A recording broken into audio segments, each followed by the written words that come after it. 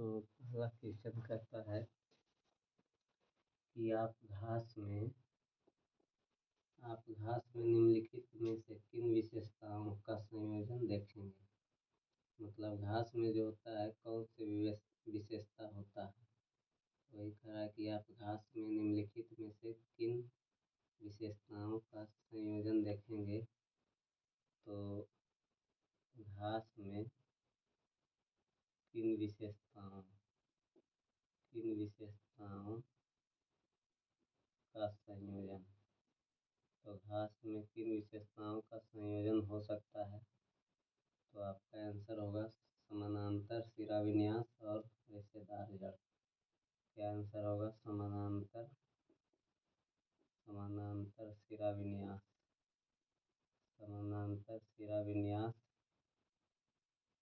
और रेशेदार जड़।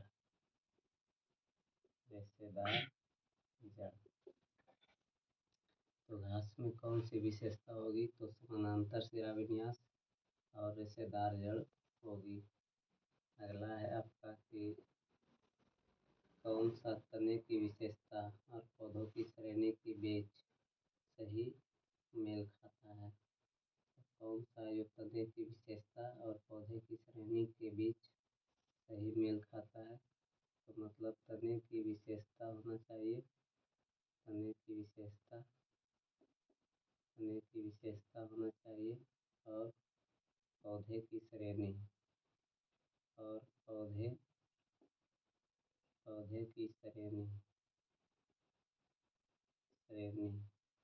के बीच सही मेल खाना चाहिए। तो इसमें देखिए आंसर होगा कि कमजोर तना जो सीधा खड़ा नहीं हो सकता है। क्या है कि कमजोर तना जो सीधा खड़ा नहीं हो सकता है। तो कमजोर तना जो सीधा खड़ा नहीं हो सकता वह क्या कहलाता है? तो लता कहलाता है। तो कमजोर तना जो सीधा खड़ा नहीं हो सकता वह लता होता है। अगला है आपका कि कौन सा तने का प्राथमिक कार्य नहीं है। तो तने का प्राथमिक कार्य नहीं है पूछ रहा है। तो तने का प्राथमिक कार्य है कौन कौन, पहले ये जानना है। तो तने का प्राथमिक कार्य क्या क्या है। तो पानी का चालन करना तने का कार्य है। दूसरा आपका होगा शाखाओं का गठन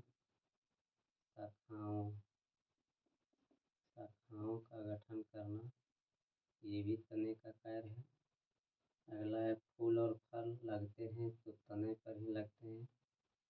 फूल और फल लगते हैं तो तने पर ही लगते हैं। तो ये तीनों जो काम है वो तने का प्राथमिक कार्य है। लेकिन इसमें पूछ रहा है कि प्राथमिक कार्य नहीं होना चाहिए, तने का प्राथमिक कार्य नहीं होना चाहिए। तो प्रकाश संश्लेषण है जो तने का प्राथमिक कार्य नहीं है। प्रकाश संश्लेषण तो किसका कार्य है? तो हरे पत्तों का कार्य है प्रकाश संश्लेषण, ना कि तने का। अगला है आपका कि कहता है कौन सा सही मेल नहीं है। तो सही मेल है क्या क्या, पहले उसके बारे में जान ले। तो पर्णवृत्त जो है, तो पर्णवृत्त किसे कहेंगे? तो पत्ती को तने से जोड़ता है पर्णवृत्त क्या करता है? तो पत्ती को तने से जोड़ता है पर्णवृत्त। तो ये तो सही है, पत्ती को तने से जोड़ता है पर्णवृत्त, ये सही है। अगला है पटल। तो पटल जो है पत्ती का हरा चपटा भाग होता है। पटल क्या होता है? तो पत्ती का हरा चपटा, हरा चपटा भाग होता है पत्तल। तो पटल जो है पत्ती का हरा चपटा भाग होता है, यह सही है। और तीसरा जो है आपका किनारा, तो किनारा है जो पत्ती को आकार देता है। तीसरा है किनारा, तो किनारा जो है पत्ती को आकार देता है, आकार देता है, तो ये भी सही है। लेकिन अगला कह रहा है डी में आपका कि सिराएँ, तो सिराएँ है जो कि वाष्पोत्सर्जन, वाष्पोत्सर्जन, तो सिराएँ है जो कि वाष्पोत्सर्जन नहीं करती है, यह गलत है। सिराएँ है जो वाष्पोत्सर्जन नहीं करती है, वाष्पोत्सर्जन कौन करेगा? तो पत्ती करेगा, सिराएँ नहीं। मतलब कह सकते हैं कि स्टोमेटा करता है, स्टोमेटा यानी कि रंध्र करता है, ना कि सिराएँ। तो ये सभी पर्णवृत्त पत्ती को तने से जोड़ता है, वह सही है। पटल है जो पत्ती का हरा चपटा भाग होता है, वो भी सही है। और किनारा है जो पत्ती को आकार देता है, वो भी सही है। लेकिन सिराएँ वाष्पोत्सर्जन करता है, यह बात गलत है। अगला आपका है क्वेश्चन कि प्रकाश संश्लेषण के बारे में निम्नलिखित बात पढ़ें और वाक्यों का सही जोड़ा चुनें जो प्रकाश संश्लेषण के लिए सही है। तो प्रकाश संश्लेषण के लिए पहला क्या होना चाहिए? तो सूरज की रोशनी, सूरज की रोशनी, सूरज की रोशनी होना चाहिए। कार्बन डाइऑक्साइड होना चाहिए, कार्बन डाइऑक्साइड, कार्बन डाइऑक्साइड होना चाहिए। क्लोरोफिल होना चाहिए, क्लोरोफिल, और फिर और पानी, और पानी। प्रकाश संश्लेषण के लिए सूरज की रोशनी होना चाहिए, कार्बन डाइऑक्साइड होना चाहिए, क्लोरोफिल होना चाहिए और पानी होना चाहिए। और तो ये बात है जो कि सही है प्रकाश संश्लेषण के लिए। और दूसरा क्या है कि दिया है पत्तियाँ प्रकाश संश्लेषण करती है, यह भी बात सही है। पत्तियाँ प्रकाश संश्लेषण, पत्तियाँ प्रकाश संश्लेषण करती है, यह भी सही है। तो प्रकाश संश्लेषण के बारे में ये दोनों सही है। अगला है आपका कि कौन सा शब्द फूल के मादा भाग का निर्माण करता है? मादा भाग का निर्माण करने वाला मतलब कौन सा शब्द है जो फूल के मादा भाग का निर्माण करता है, मादा भाग का निर्माण। तो कौन सा शब्द है जो फूल के मादा भाग का निर्माण करता है? तो पहला आपका आंसर होगा कलंक, कलंक होगा। शैली होगा, शैली और अंडाशय होगा, और अंडाशय, जिसको इंग्लिश में स्टिग्मा, स्टाइल एंड ओवरी कहेंगे। इसको इंग्लिश में क्या कहेंगे? इसको स्टिग्मा, स्टाइल एंड ओवरी। अब आगे है आपका, तो अगला क्वेश्चन तो अब आगे नहीं है, लेकिन अब इसका एक्सप्लेनेशन होगा। तो घास क्या है? तो घास है जो कि एक बीजपत्री है। घास क्या है? तो घास जो है, घास एक बीजपत्री होता है, एक बीज पत्री होता है घास। घास क्या होता है? तो एक बीजपत्री होता है, एक घास एक बीजपत्री होता है। एक बीजपत्री होने के कारण घास अपनी पत्ती और रेशेदार जड़ों में समानांतर शिराविन्यास दिखाती है। घास एक बीजपत्री होता है, इसी के वजह से मतलब घास जो है अपनी पत्ती और रेशेदार जड़, रेशेदार जड़ रेशेदार जड़ में समानांतर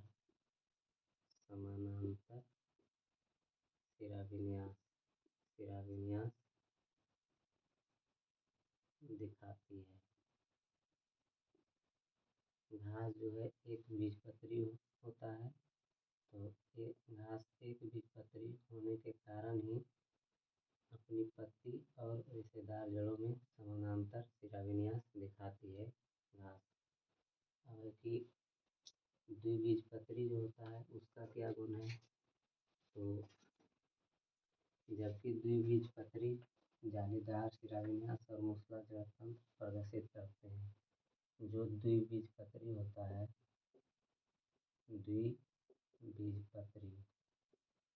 द्विबीजपत्री जो होगा उसमें क्या होगा कि जालीदार द्विबीजपत्री जो होगा उसमें जालीदार शिराविन्यास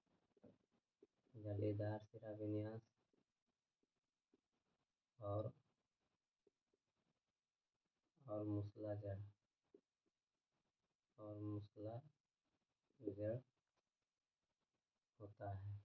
एक बीजपत्री जो होता है, घास एक बीजपत्री है, और जो एक बीजपत्री होता है उसमें पत्ती और रेशेदार जड़ जो होता है वह समानांतर शिराविन्यास में होता है। लेकिन जो द्विबीजपत्री जो रहेगा उसका जालीदार शिराविन्यास और मूसला जड़ होगा। रेशेदार जड़ प्रणाली को शासी जड़ प्रणाली भी कहा जाता है। रेशेदार जड़ प्रणाली जो होता है, रेशेदार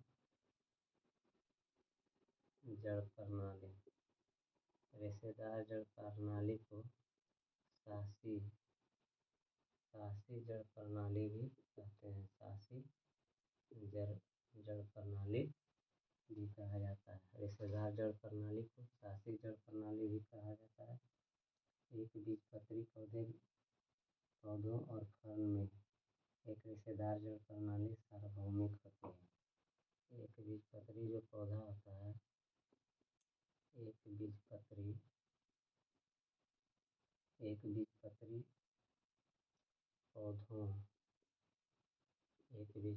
पौधों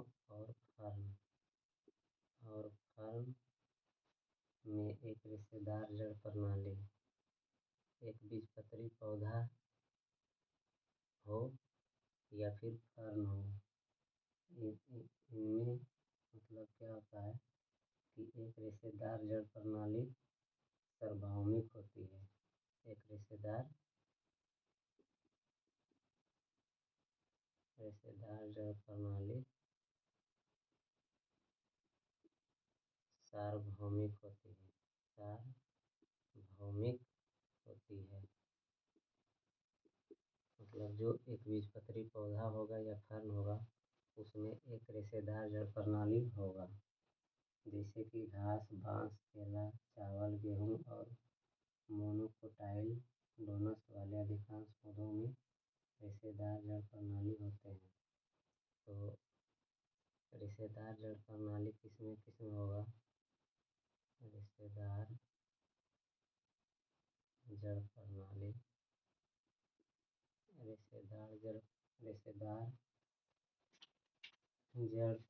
किसमें होगा? तो घास में, बांस में, केला, चावल, गेहूँ और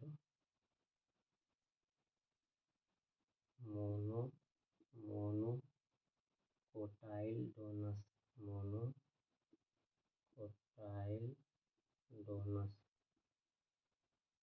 वाले अधिकांश पौधों में रेशेदार जड़ प्रणाली होते हैं। मतलब रेशेदार जड़ प्रणाली किसमें होगा? तो घास, बांस, केला, चावल, गेहूँ और मोनोकोटाइलडोनस, ये सभी पौधे में रेशेदार जड़ प्रणाली होगा। तना आमतौर पर पौधे के ऊपर जमीन का सीधा आरोही भाग होता है। तना जो है क्या है? तो तना जो है तना जो है आमतौर पर पौधे के ऊपर जमीन का सीधा आरोही भाग होता है। तना जो है पौधों के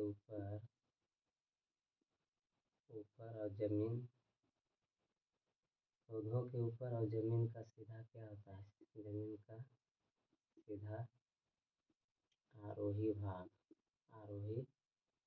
भाग होता है। मतलब आरोही मतलब बढ़ता हुआ भाग होता है जो परांकुर से विकसित होता है। तना किससे विकसित होता है, तो तना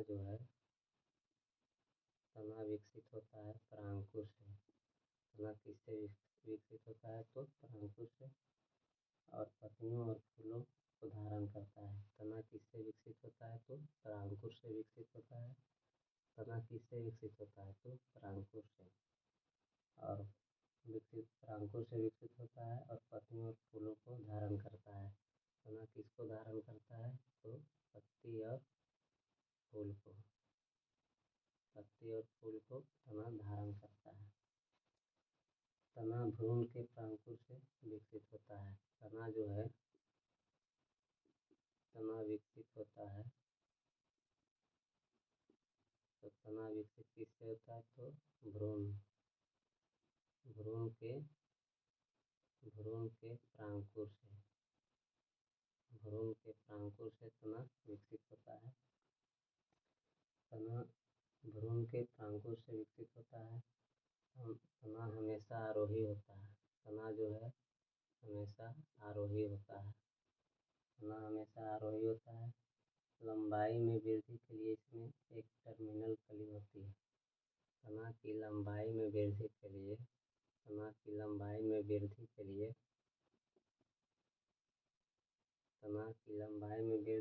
इसमें एक टर्मिनल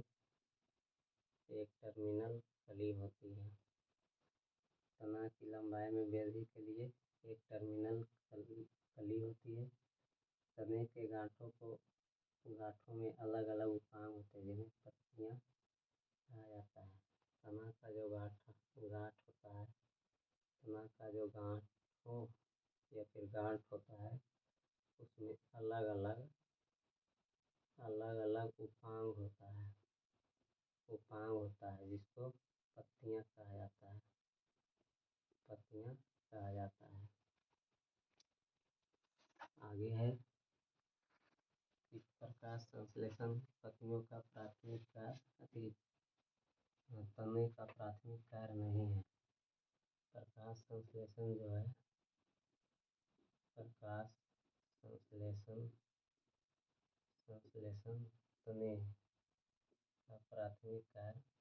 तने का प्राथमिक कार्य नहीं है। तना का कार्य पौधों को सीधा रखना है। तना का कार्य क्या है, तना का कार्य पौधों को सीधा रखना,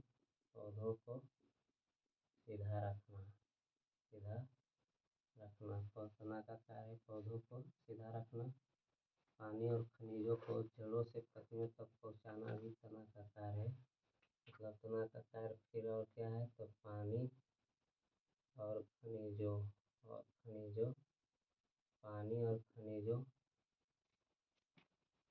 को जड़ से पत्तियों तक पहुंचाना, ये तना का कार्य है। पत्ती एक संवहनी पौधे के तने का प्रमुख उपांग है। पत्ती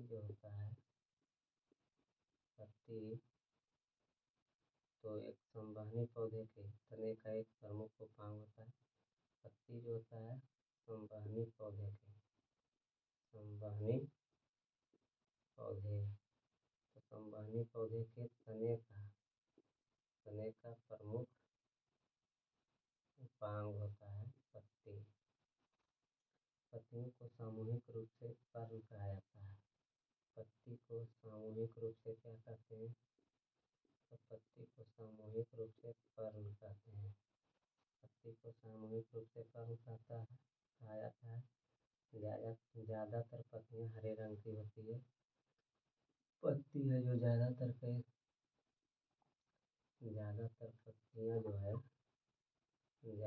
पत्तियाँ किस कौन से रंग की होती है, तो हरे रंग की होती है, जो प्रकाश संश्लेषण के लिए आवश्यक है। हरे रंग की पत्तियाँ होती है जो प्रकाश संश्लेषण के लिए आवश्यक है, क्योंकि ये सूर्य से प्रकाश ऊर्जा को अवशोषित करती है। यानी हरा रंग की जो पत्ती होता है वह सूर्य से प्रकाश ऊर्जा को अवशोषित करती है। पत्ती जो होता है हरा रंग का जो पत्ती होता है वह सूर्य से प्रकाश ऊर्जा को अवशोषित करता है।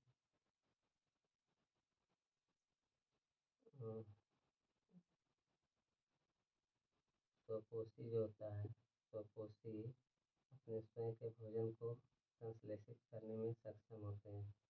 स्वपोषी अपने स्वयं के भोजन को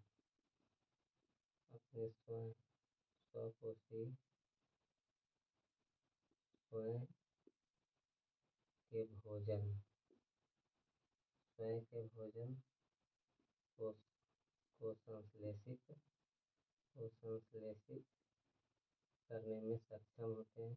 स्वपोषी जो होते हैं अपने स्वयं के भोजन को संश्लेषित करने में सक्षम होते हैं। पौधों में क्लोरोफिल वर्णक सूर्य से ऊर्जा को लेने में मदद करता है। पौधा में जो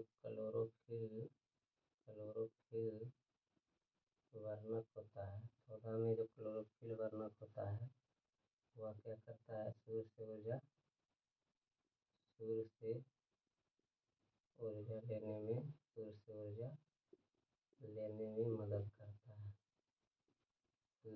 लेने में मदद करता है। ग्लूकोज, ऑक्सीजन और पानी प्रकाश संश्लेषण के दौरान बनने वाले उत्पाद हैं। तो प्रकाश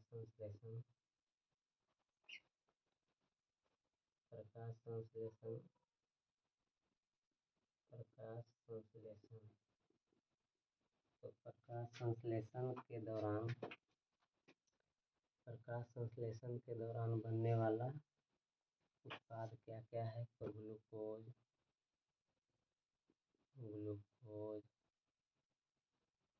ग्लूकोज है, ऑक्सीजन है और पानी। ग्लूकोज, ऑक्सीजन और पानी जो है प्रकाश संश्लेषण के दौरान बनने वाला उत्पाद है। प्रकाश संश्लेषण के दौरान बनने वाला उत्पाद क्या क्या है, तो ग्लूकोज, ऑक्सीजन और पानी। प्रकाश संश्लेषण के दौरान बनने वाले उत्पाद हैं। ग्लूकोज पौधे के लिए ऊर्जा का प्राथमिक स्रोत है। ग्लूकोज जो है पौधे के लिए ऊर्जा का प्राथमिक स्रोत है। ग्लूकोज जो होता है पौधे के लिए ऊर्जा का प्राथमिक स्रोत है। ग्लूकोज जो है पौधे के लिए ऊर्जा का प्राथमिक स्रोत है। तापमान में वृद्धि से प्रकाश संश्लेषण की दर भी बढ़ जाती है। तापमान में वृद्धि से प्रकाश संश्लेषण की दर भी बढ़ जाती है। तापमान में वृद्धि से प्रकाश संश्लेषण की दर भी बढ़ जाती है। तापमान में वृद्धि से प्रकाश संश्लेषण की दर भी बढ़ जाती है। लैंगिक प्रजनन के मामले में फूल को पौधे का प्रजनन अंग माना जाता है। लैंगिक प्रजनन के मामले में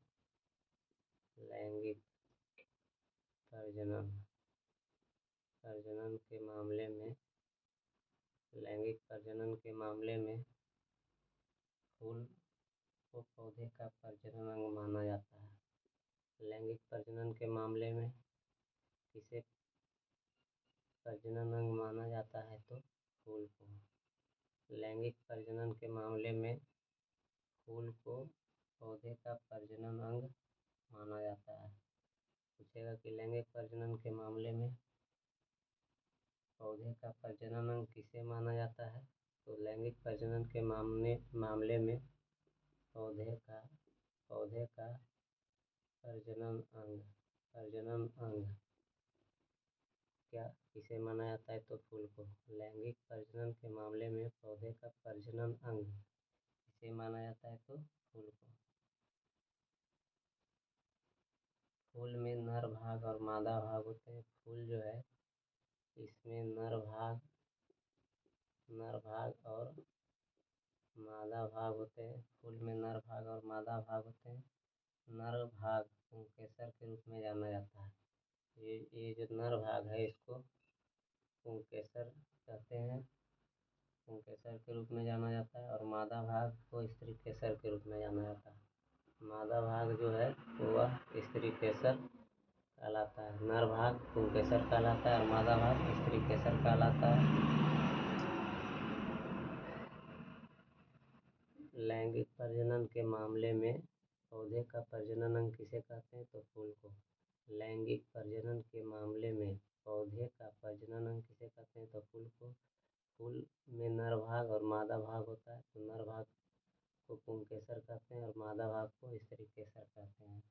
नर भाग या पुंकेसर में परागकोश और तंतु होते हैं। ये जो नर भाग है पुंकेसर है, इसमें परागकोश होगा। इसको नर भाग को या पुंकेसर को, तो नर भाग या पुंकेसर में परागकोश और तंतु होते हैं। अब मादा भाग को या स्त्री केसर को, तो मादा भाग या स्त्री केसर में अंडाशय, स्टिग्मा और स्टाइल होती है। मादा भाग या स्त्री केसर में अंडाशय, स्टिग्मा और स्टाइल होती है।